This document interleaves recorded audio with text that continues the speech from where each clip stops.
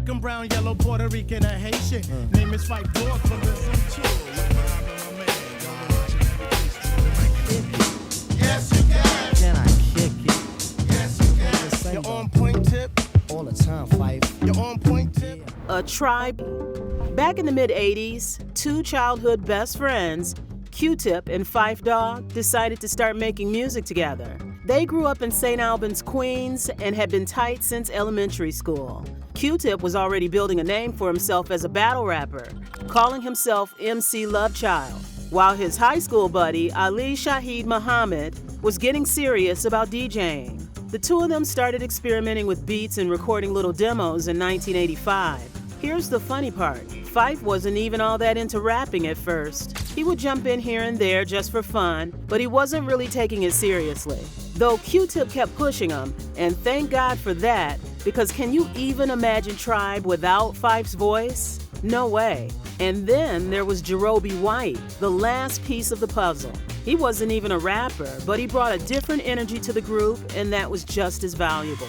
They went through a couple of different names. First, they called themselves Crush Connection, which, let's be honest, sounds more like a corny 90s boy band than one of the greatest rap groups ever. Then they just went by Quest. But in 1988, fate stepped in.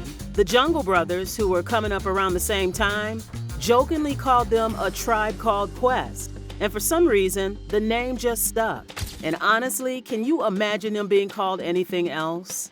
By the late 80s, they linked up with the Native Tongues Collective, a group of artists including De La Soul and Jungle Brothers, who were pushing hip-hop in a new creative direction. Tribe wasn't about gangster rap or flashy lifestyles. They were about smooth beats, deep lyrics, and a vibe that made them stand out.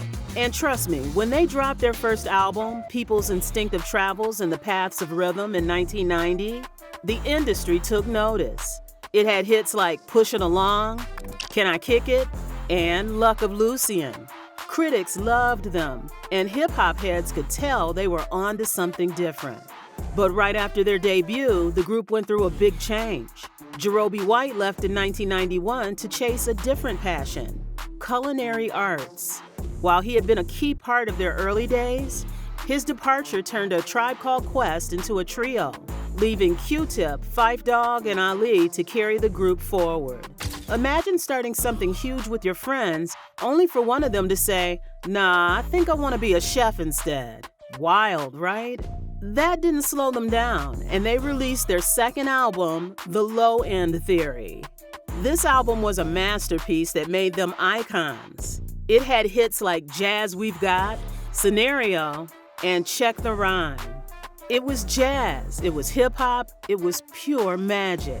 And it was the first time Phife Dawg stepped up as a rapper. Before that, Q-Tip had been the main voice. But now Phife came in strong with lines that made the album unforgettable, and people felt it. When the album dropped, it debuted at number 45 on the Billboard 200 and climbed up to number 13 on the top R&B hip-hop albums chart. It didn't just get love from fans, it was a commercial success too. By February 1992, it was certified gold after selling 500,000 copies, and by 1995, it had officially gone platinum, hitting the 1 million mark. A classic in every sense of the word. But success came with drama.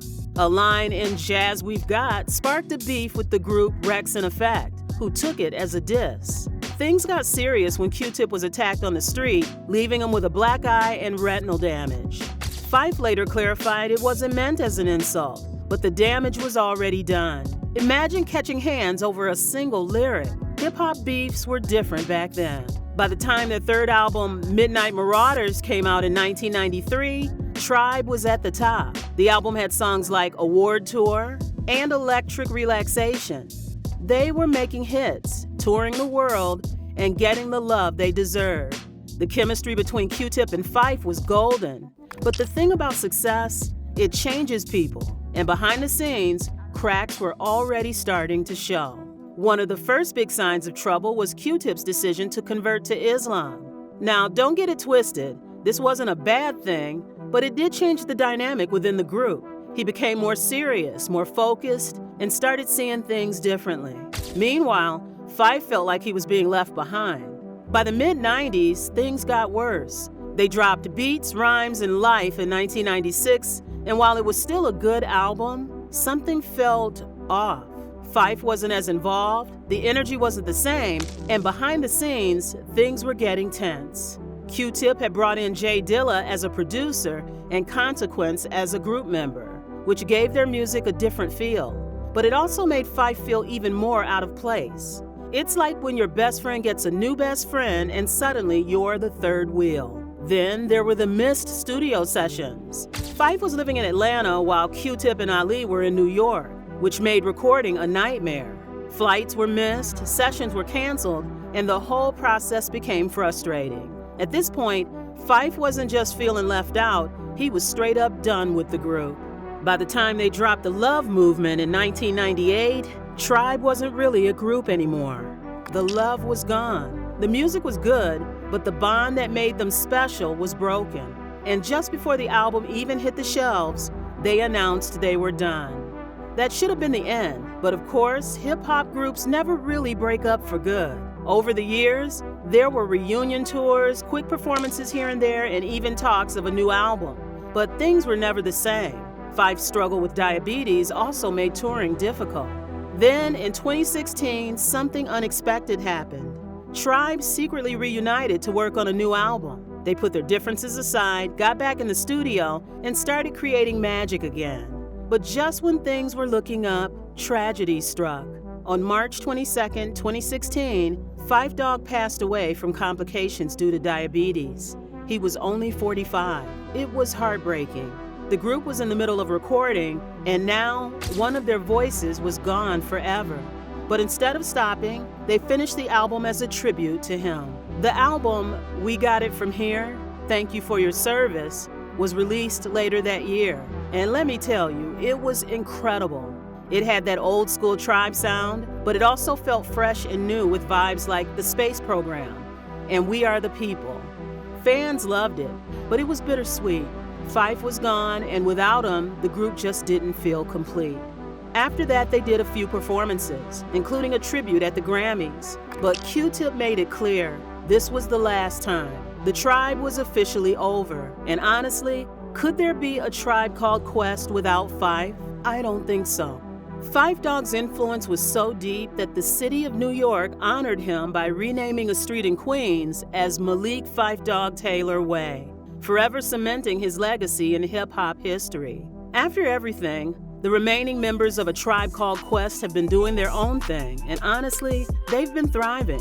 Q-Tip? Oh, he's standing tall. The man stays busy, always cooking up something new. Back in 2020, he announced not one, not two, but 3 solo albums: Algorithms, Riot Diaries, and The Last Zulu.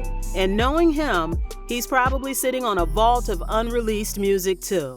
He's still out here collaborating, experimenting, and pushing his sound in different directions, proving that his creativity just doesn't run out. With an estimated net worth of $6 million, he's managed to not only protect his legacy, but build on it with his solo career. Ali Shaheed Muhammad has been just as active, but in a more behind-the-scenes way. He teamed up with producer Adrian Young for some cool projects, including the Luke Cage TV series soundtrack and the Jazz is Dead album series, where he's worked with some legendary jazz musicians. Talk about a full circle moment. His net worth really isn't out there, but between his production work and constant collaborations, he's clearly still thriving in the industry. In 2024, A Tribe Called Quest was finally inducted into the Rock and Roll Hall of Fame, stamping their legacy in hip-hop.